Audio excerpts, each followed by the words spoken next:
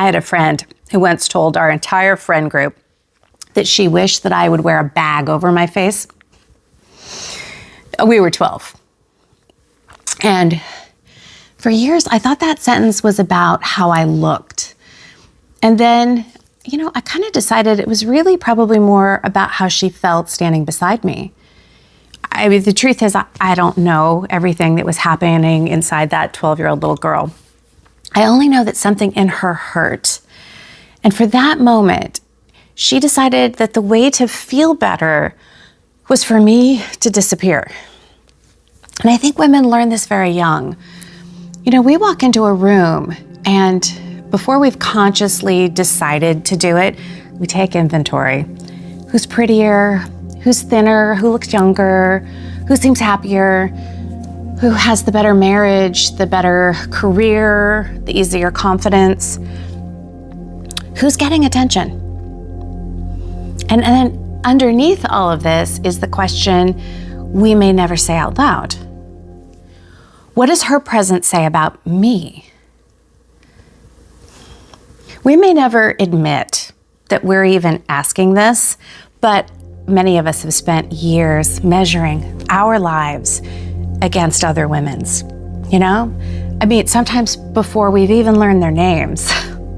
Her beauty becomes evidence that I'm not beautiful enough. Her success becomes the evidence that I'm behind. Her confidence becomes evidence that I'm lacking something, until eventually I'm no longer even seeing her. I'm only seeing myself through her. And that's where I think comparison becomes judgment.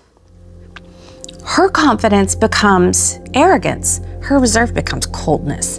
Her vulnerability becomes attention-seeking. Somehow she becomes easier to judge than to understand. Because if I can reduce her, well, then I don't have to examine myself. And I wish that I could tell you that I have never done this exact thing, but I have. I have looked at another woman, and within seconds, I decided who she was. I decided she was intimidating or shallow or arrogant or cold. And sometimes I called that intuition. Sometimes I called it discernment. Sometimes I just said, I'm being honest.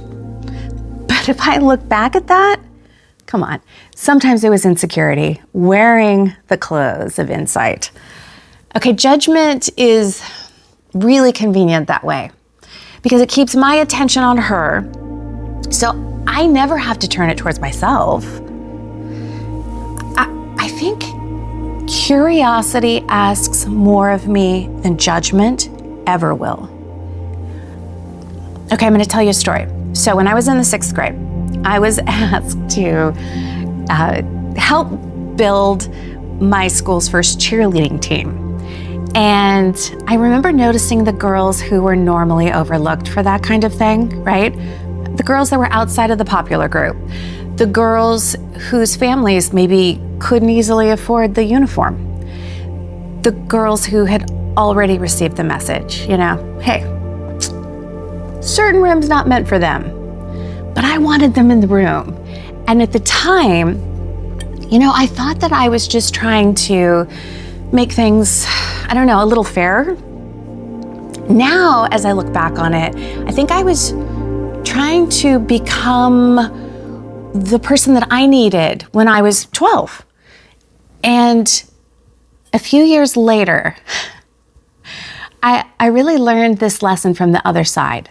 Okay, when I was 15, I was diagnosed with scoliosis, and I was placed in a full Milwaukee back brace. I worked 23 hours a day, 7 days a week for 4 years.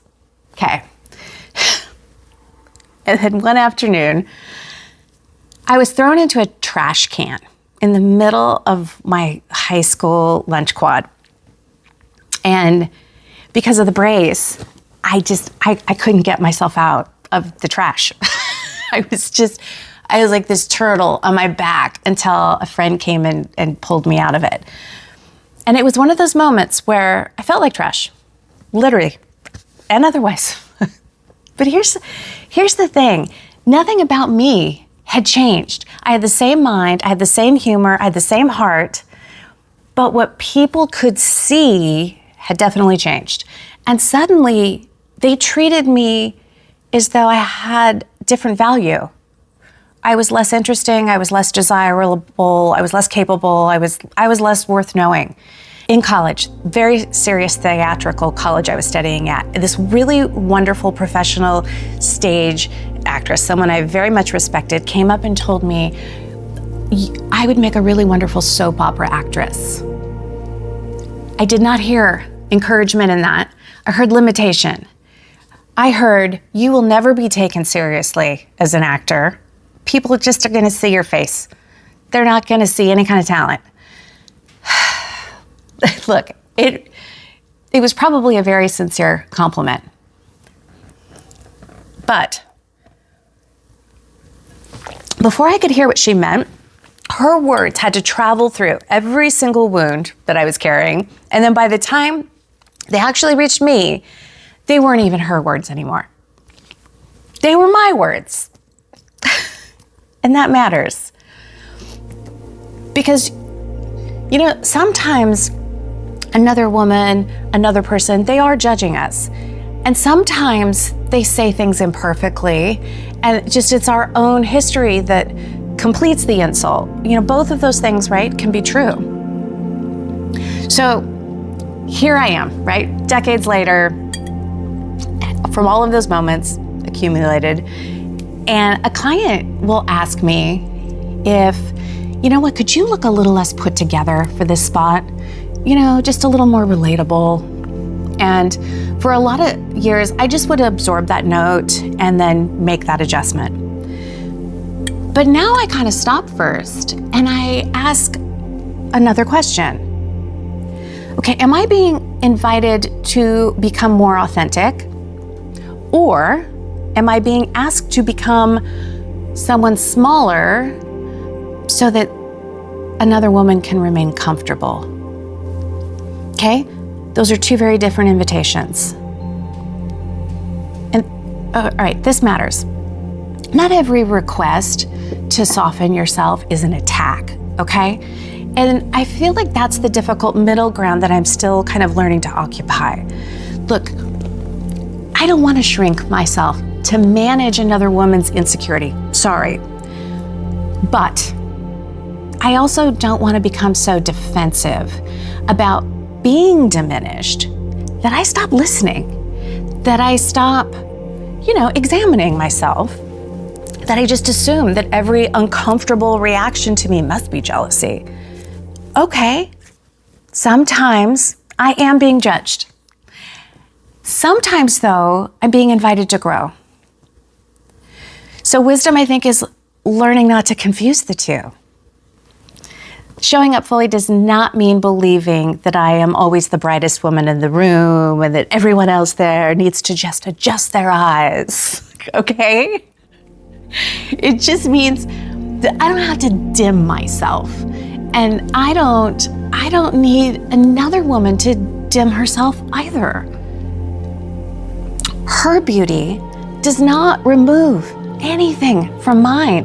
Her success is not evidence that I have failed, and her confidence is not an accusation. Her choices don't have to resemble mine in order to deserve my respect. I know that, I believe that.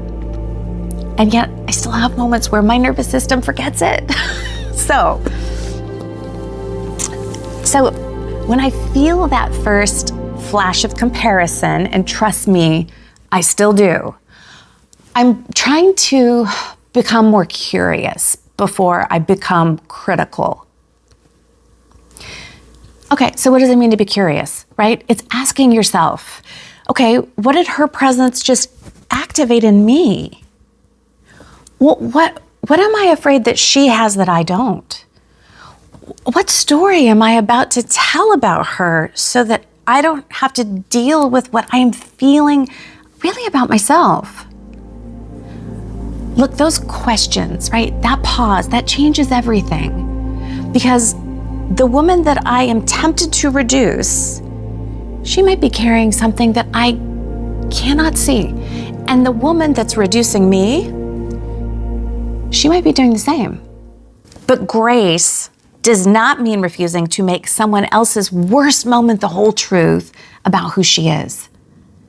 And humility means refusing to make my pain proof that I have never caused pain myself.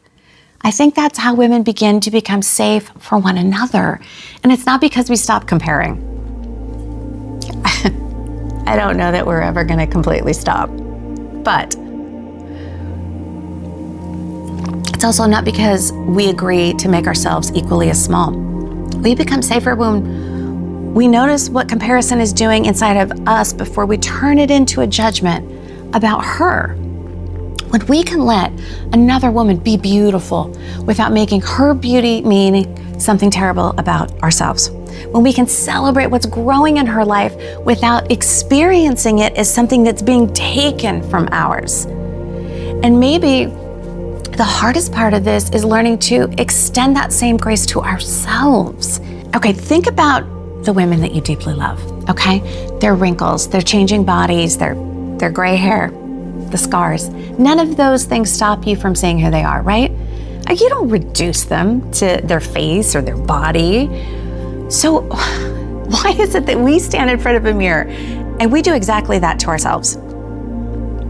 Okay, showing up fully is not entering the room determined to prove that I belong there. It's just entering the room without requiring another woman to question whether she belongs. I don't need you to disappear for me to feel visible. And I am done believing that I have to disappear for you. Okay, can you just imagine what would change if no woman believed she had to disappear for another woman to belong?